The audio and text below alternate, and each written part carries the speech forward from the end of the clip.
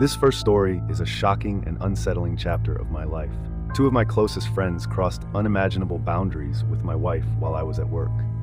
What's even more bewildering is her unexpected reaction to the situation. Join me as I navigate through the complexities of this harrowing experience and explore the impact it had on our lives. This is my story. Enjoy watching it. I'm Todd, a quite attractive and intelligent guy, or at least I consider myself so. I have a healthy self-esteem and am a fairly successful programmer in a commercial company. The amazing thing is that I can work only 50 minutes a week and still earn a substantial amount of money. However, this doesn't mean I'm idle the rest of the time. I constantly develop and learn something new every day. I'm the guy who made it. I've read many motivational books, watched interviews with wealthy people, and ultimately pulled myself out of poverty. Therefore, I cherish everything I have, and every day I'm grateful for what I possess. But perhaps my greatest achievement in life is my wife, Judith, who is 4 years younger than me. She's 25 and I'm 29. Judith is a model participating in various advertising campaigns with a significant following on social media, and she generally enjoys her life. She has a slender, sun-kissed body, well-toned thighs, and a very nice bust. But she wasn't always like that. Her life changed dramatically after meeting me. When we first met, she was an ordinary cashier in a store with no ambitions or goals. Still, I noticed that spark in her and helped ignite it. Even then, I held a good position, and though I didn't earn as much money as I do now, I could afford a lot. For me, Judith quit her job as a cashier, and I found her an excellent producer who helped her succeed on social media. Now our combined incomes allow us to live a luxurious life. This might sound like some success story and other nonsense. Honestly, I thought so too, until life smacked me in the face with reality. I have friends from school, Philip and Alan, who were with me up to a certain point. At 18, we started our first business, an ice cream stand, but it quickly went down the drain. 6 months later, we launched another business selling hot dogs, but after 5 months, we had to close it. After that, there were more attempts, but all of them were futile. At 21, I realized that something needed to change, so I entered the IT field, which was new to me, but I knew it held a future. My friends didn't support my idea, saying it was a waste of time. You need to deal with real things, create something of your own, not work for someone else, they said. I disagreed because I thought ahead. I understood that becoming a skilled specialist would enable me to start my own project in the future, and it turned out that way. Philip and Alan continued to try building a business. Now they have only one fast food stand that has been holding on for 3 years, bringing them profit, which they split in half. However, compared to the money I'm making, their profit is peanuts. Instead of exploring something new and moving forward, they, like stubborn sheep, continued to hammer in one spot. They succeeded, but I don't think it's the result they were hoping for. While I could afford to travel to different countries, buy expensive clothes and cars, dine in restaurants, and have a wife with model looks, these two continued to live in the city, facing stress from their daily affairs. I'm not angry with them for not wanting to join me. It was their choice, and I understand them. Now we maintain a connection, but it's not like it used to be. They can come to my place on weekends, sit on my leather couch, and we can play video games and discuss mundane things together. If you enjoyed this video, consider liking my video. Despite our differences, we maintained a good relationship and often met, mostly at my place. They liked my affluent home, but I didn't immediately realize that my wife was also appealing to them. For me, meetings with Philip and Alan were a distraction. They were simple guys without education, and I liked that. I could sit with them, have a beer, and talk about all sorts of nonsense. I didn't try to boast in front of them. On the contrary, I tried to lower myself to their level and be down to earth. Judith was never against me spending a couple of evenings a week with friends. She had her own girlfriends, and she often hung out with them. Judith and I were very hospitable, so our home was never empty. One evening, as I was returning home, I was stopped by a neighbor named Jimmy. He was a director.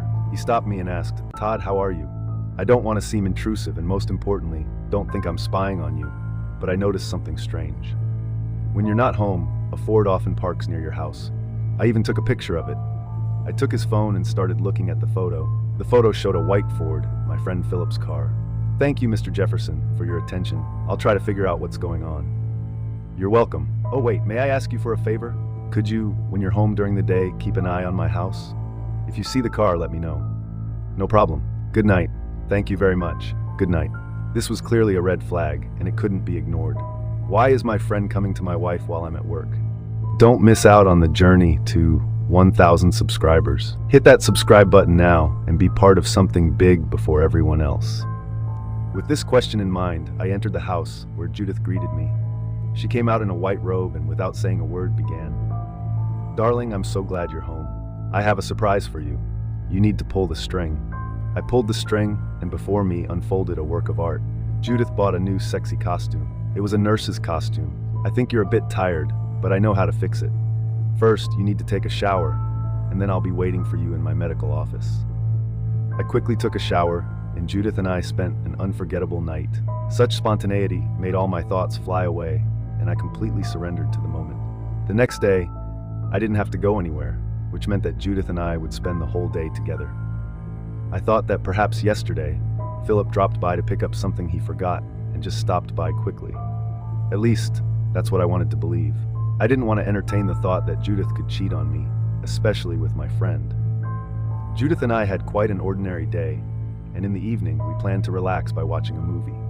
However, our plans were interrupted by Alan, who wanted to invite us somewhere. "Buddy, let's go to the club tonight. It'll be fun. You can bring Judith along." I declined, not only because Judith and I had plans for the evening, but also because I didn't enjoy going to clubs, especially with Judith, who would find it boring. Since Philip and Alan didn't have girlfriends, Philip tried to build relationships and even got married, but in the end he cheated on his wife and she left him. Alan just had bad luck with girlfriends, and his longest relationship lasted only a year. I always told them that if they wanted to go out together, they needed to find girlfriends.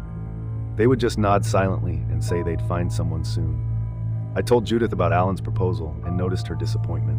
Apparently, she wanted to go out and have some fun, but I didn't pay much attention to it. The next day, I had to go to work. I kissed Judith and left. At noon, my neighbor Jimmy called and reported, "Todd, a car is parked near your house again. I don't know exactly when, but I'm calling to let you know." "Thanks, Jimmy. How long will you be home?" "All day." "All right. If it's not too much trouble, could you call me when you see that the car has left?" "Sure, I'll keep you posted." We said goodbye, and my mind was once again flooded with doubts. 5 hours had passed since Jimmy's call, and during this time, I was in a state of uncertainty. Suddenly, the phone rang. "Todd, the car is leaving." 2 men got in. I thanked Jimmy and hung up. Now, there were no doubts. My 2 friends were coming to my wife when I wasn't home. But if I initially thought it was only Philip, now I realized that Alan was involved too. At first, I tried to reassure myself with the thought that maybe they were preparing a surprise for my birthday. However, my birthday was still 4 months away. Wasn't it too early? To avoid unnecessary panic, I decided to call an acquaintance and ask for a couple of video cameras and a listening device. After work, I picked up the equipment. He asked why I needed it, and I made up an excuse, saying it wasn't for me. As I drove home, my hands were trembling. I even felt ashamed that I would be spying on my wife, because I was so certain that she couldn't betray me. Entering the house, Judith greeted me joyfully. We had a delicious meal and went to bed, where we engaged in sex again. During this time, I didn't notice anything unusual about her. Usually when a woman cheats on a man, she changes in behavior and character. But my wife was as usual, even better. The next morning, Judith was getting ready for a promotional video shoot, and I went with her. On the back seat of my car, there was a bag with the forgotten video cameras. During the trip, Judith asked about the items I had. "What's that you got there, kiddo?" she said. "It's some stuff from work. I needed to throw it away." "I'll do it later when I leave," I replied. With that statement, I killed 2 birds with 1 stone. While Judith was working, I went home. Time flew by, and I didn't realize that 2 hours had passed. However, all the cameras were set up, 1 in the bedroom, another in the living room, the 3rd in the kitchen, and the 4th outside. I completely forgot that I was supposed to pick up Judith. As I stepped out of the house, I noticed a white Ford pulling up, and Judith and Philip got out. "I called you 20 times. Where were you disappearing to, Todd?" Judith said. I checked my phone, and indeed, there were 20 missed calls from her. I apologized, but Judith just walked past me silently. At that moment, Philip approached me. "Dude, you messed up big time, and I had to handle things myself," he said. "Sorry, I just got caught up. It was an urgent call, and I needed to fix a project," I replied. "It's all right, no big deal. I can help you out, considering how many times you've bailed me out." We said our goodbyes, and I went back into the house. The whole evening passed in a silent atmosphere. Judith was upset with me for not picking her up, so I tried to apologize. "You promised to pick me up. Why didn't you come?" she asked. "There was an urgent order." "Forgive me," I said. "I won't forgive it next time," she replied. We hugged each other and went to bed. I felt ashamed that I could suspect her of something. I didn't fully believe it, thinking that Jimmy, the old man, had let his imagination run wild. However, since he provided me with photos, I had to personally confirm everything. That night, while Judith slept, I decided to unlock her phone and check her messages. I found nothing suspicious in them. The phone was clean. I went to sleep with a clear conscience. 2 weeks passed since I installed cameras in my house. While I was at work, I kept an eye on what Judith was doing at home, and everything seemed fine. Nothing suspicious, not a hint of anything. After that night, I decided to check Judith's phone a couple more times, and it turned out to be clean. No signs of infidelity or communication with my friends. Everything was normal. We hung out with Philip and Alan, spending quality time together.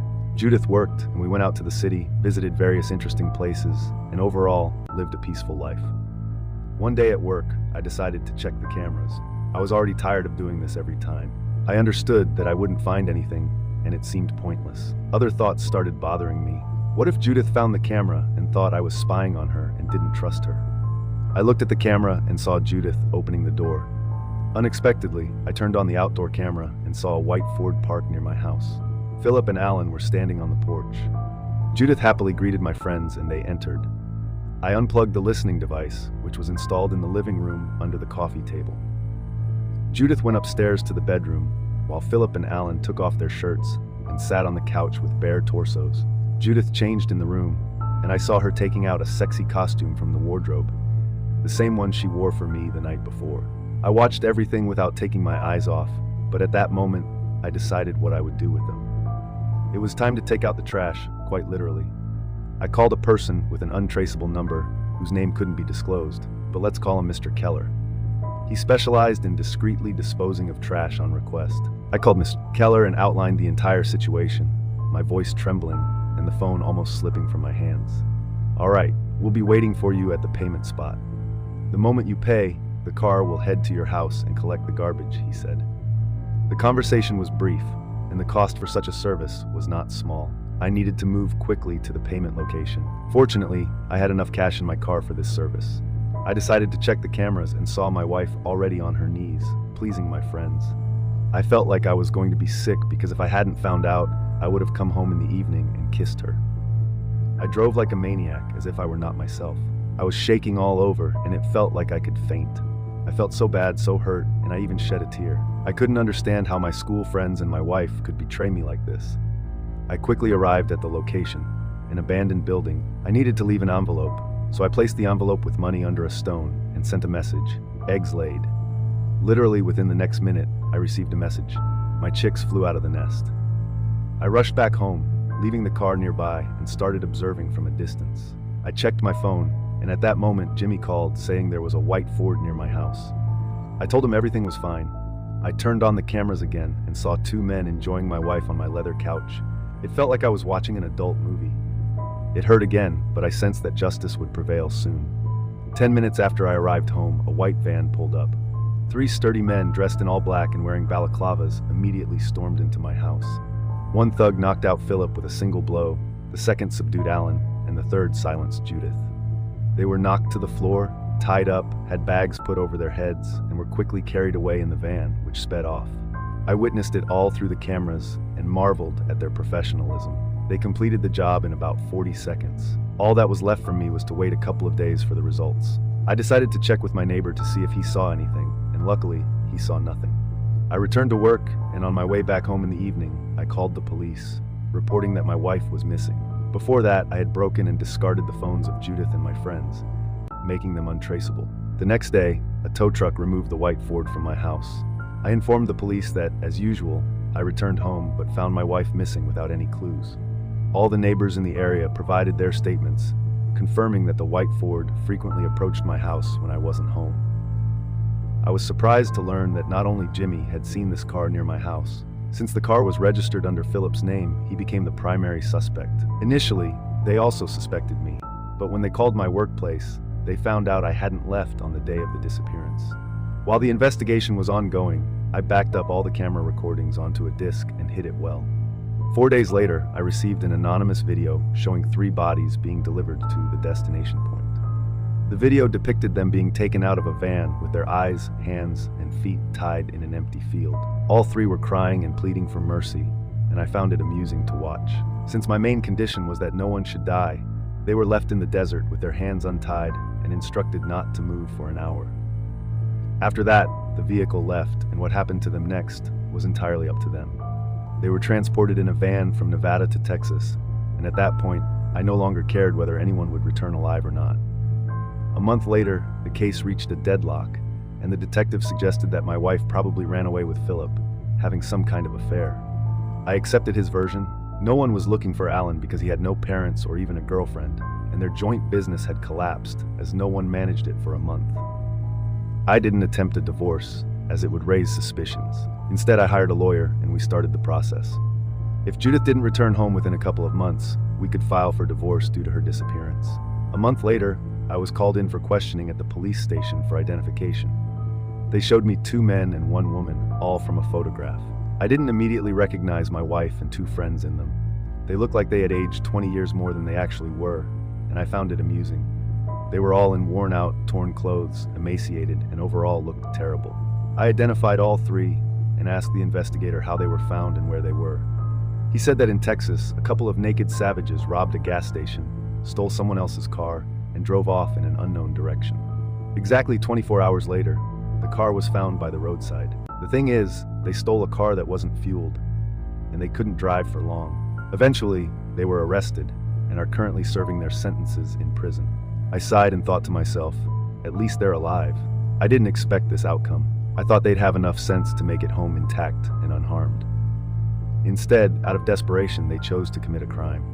I was horrified to realize that these people had accompanied me for a significant part of my life, and I didn't feel sorry for them.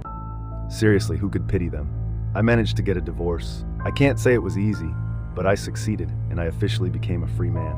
Story 1, I traveled to Texas once to look each of them who betrayed me straight in the eyes. All 3 seemed completely out of it, but the most amusing part was that none of them even suspected it was my doing. None of them considered it could be revenge for their betrayal. And it even saddened me a bit that they didn't realize the gravity of their sin against me.